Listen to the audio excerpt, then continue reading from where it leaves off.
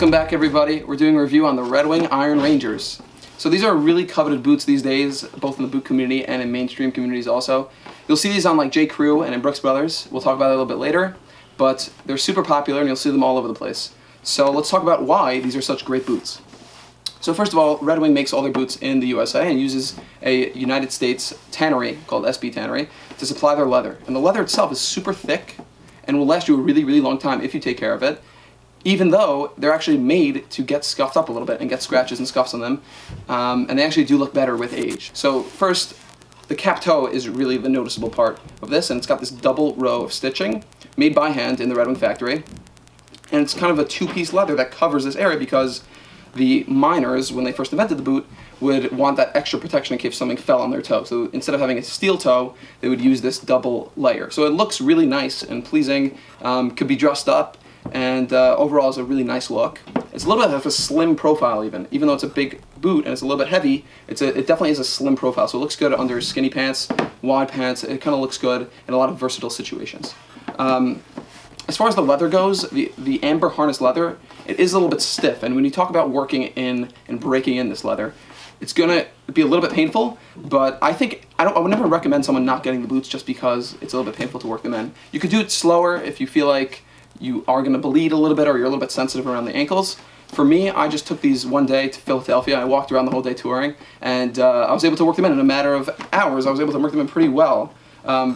Just a quick note is this leather around the ankle is a little bit stiff, so you can even kind of condition the leather beforehand using some of Red Wing's own products and kind of soften that leather up so it doesn't take as long to break in.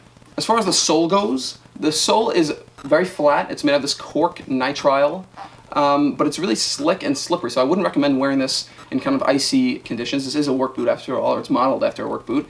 But it is a little bit grippy on hard surfaces, and it does provide, after you work it in, it's a little bit soft, so it will provide a soft landing, which I find very comfortable. As far as the insole goes, this actually throws a lot of people off, and it shouldn't. And I'll tell you why. There's basically a leather board on the inside, we'll show some B-roll, and underneath that leather is cork, and that cork over time will kind of imprint into your foot. So for me, a lot of people think that athletic shoes are really comfortable because they're mushy and they'll form to your foot.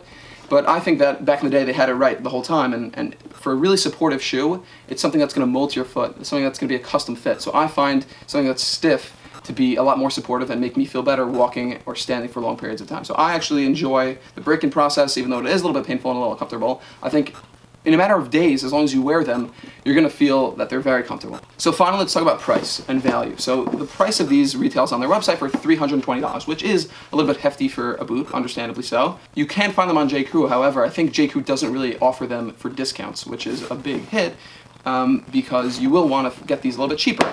So I found these on Brooks Brothers' website on sale for $240, and with 25% off days where they had extra 25% off clearance, I got these for $180 when they're originally $320, which is a really good deal.